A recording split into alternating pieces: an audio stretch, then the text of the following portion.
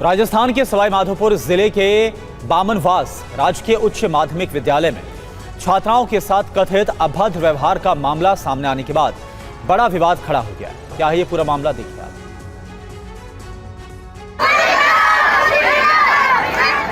आक्रोशित और नारेबाजी करती इन छात्राओं में काफी गुस्सा है।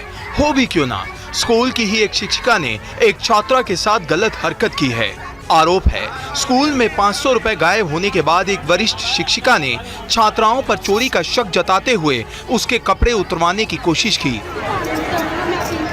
घटना की जानकारी मिलते ही ग्रामीणों और अभिभावकों में भारी आक्रोश फैल गया। बड़ी संख्या में ग्रामीण स्कूल पहुंच गए और नारेबाजी करते हुए धरना शुरू कर दिया। छात्र छात्राएं भी विरोध प्रदर्शन में शामिल हो गए। संयुक्त निदेशक ने वरिष्ठ अध्यापिका सरस्वती मीणा को तत्काल प्रभाव से निलंबित कर दिया। उसमें तथ्यात्मक रिपोर्ट लेकर के तथ्यात्मक रिपोर्ट में दोषी उन मैडम को पाया गया था, तो इसलिए उनको भेजा गया। सवाई माधोपुर और जेडी भरतपुर द्वारा मैडम का निलंबन आदेश कर दिए गए हैं और पीओ साहब के द्वारा उनको कार्यमुक्त कर दिया गया। और वहीं महाराष्ट्र के बीड जिले में चोरी का सनसनीखेज मामला सामने आया है, जहां पर शातिर चोर ने चलती ट्रक पर चढ़कर बियर के बॉक्स चोरी कर लिए, लेकिन पुलिस की तेजी के चलते वो जल्द ही सलाखों के पीछे पहुंच गया। रिपोर्ट दिखाते हैं आपको।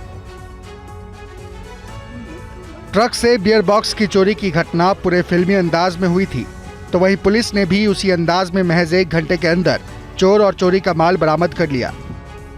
घटना कोरेगांव फाटा और टोल प्लाजा के बीच हुई, जब शातिर चोर हाईवे पर रफ्तार से दौड़ रही एक ट्रक पर चढ़े और तिरपाल फाड़कर ट्रक में लोड किए गए नामी गिरामी कंपनी के बियर के कई बक्से एक एक कर नीचे गिराने लगे।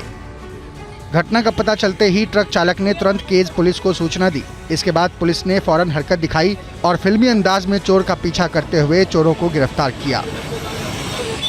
ये चोर गन्ने के खेत में छिपकर पुलिस को चकमा देने की कोशिश कर रहे थे, लेकिन पुलिस की सतर्कता के आगे इसकी एक नहीं चली। खुद को घिरा देख अभियुक्त हाईवे के किनारे लगे गन्ने के खेतों में छिप गया था। इसके बाद पुलिस ने गन्ने के खेत को चारों तरफ से घेर लिया। काफी मशक्कत और सर्च ऑपरेशन के बाद आखिरकार पुलिस ने चोर को गन्ने के खेत से गिरफ्तार किया। पुलिस अब इस मामले में आगे की कार्रवाई में जुटी है। और अब खबर बद्रीनाथ चढ़ावा चोरी के आरोपों से जुड़ी। एसआईटी को मंदिर समिति ने 18 पन्नों की शुरुआती जांच रिपोर्ट दे दी है। जांच रिपोर्ट में 25 जून और 29 जून के सीसीटीवी फुटेज में संदिग्ध लोग नजर आ रहे हैं, जिसकी आज जांच की जाएगी। इस फुटेज के आधार पर एसआईटी कुछ और लोगों से पूछताछ कर सकती है। एसआईटी 29 जून और 2 जुलाई का फुटेज पहले ही हासिल कर चुकी है।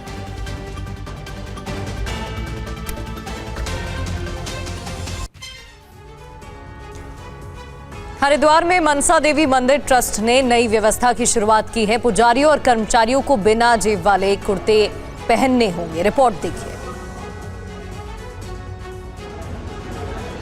हरिद्वार में मां मनसा देवी मंदिर ट्रस्ट ने मंदिर में चढ़ावे की व्यवस्था को और अधिक पारदर्शी बनाने और चढ़ावा चोरी की आशंकाओं पर रोक लगाने के मकसद से एक नई पहल शुरू की है।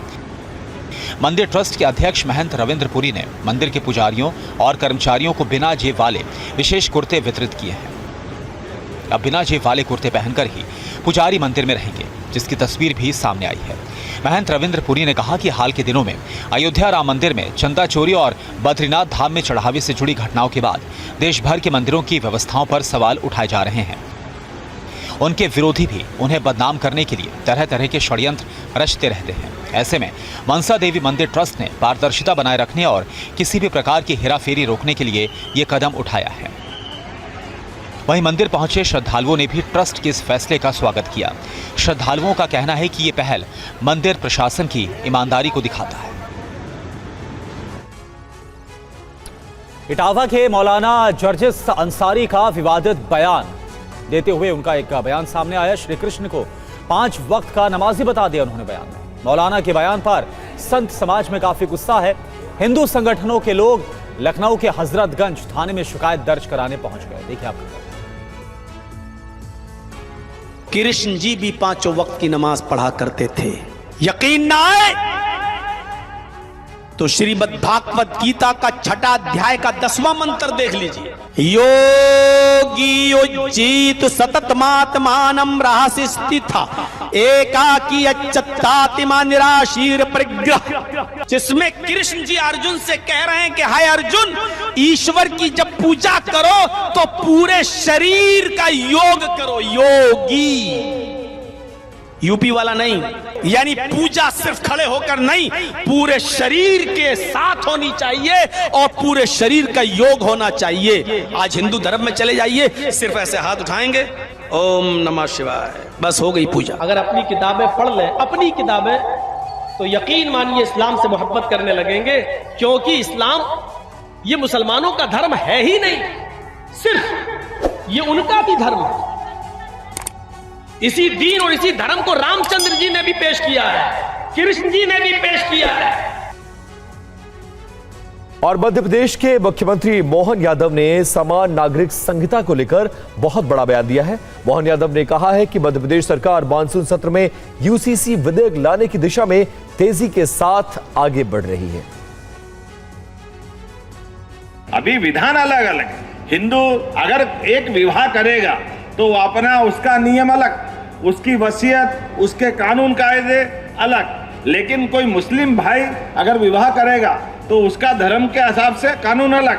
अरे भाई, एक देश है, अलग अलग कानून क्यों होना चाहिए? अगर रामचंद्र एक शादी करता है तो रहीम से भी एक ही शादी की अपेक्षा की जा सकती है। मुस्लिम बहनें भी हमारी बहनें, उनके जीवन में भी तो कष्ट आएगा, उनको क्यों अलग कर सकते हैं? हमारे देश के अंदर आज के इस दौर के अंदर हमने ये इस भाव को रखा है, समान रूप से इसी विधानसभा के अंदर हमारे कोई भी धर्म के हो, सभी धर्मों के सबका सम्मान करते हुए एक समान कानून लाने के लिए हमारी सरकार इसी वर्षाकालीन सत्र में इसको पास कराने के लिए आगे बढ़ रही है। ये हमारी अपनी प्रतिबद्धता है।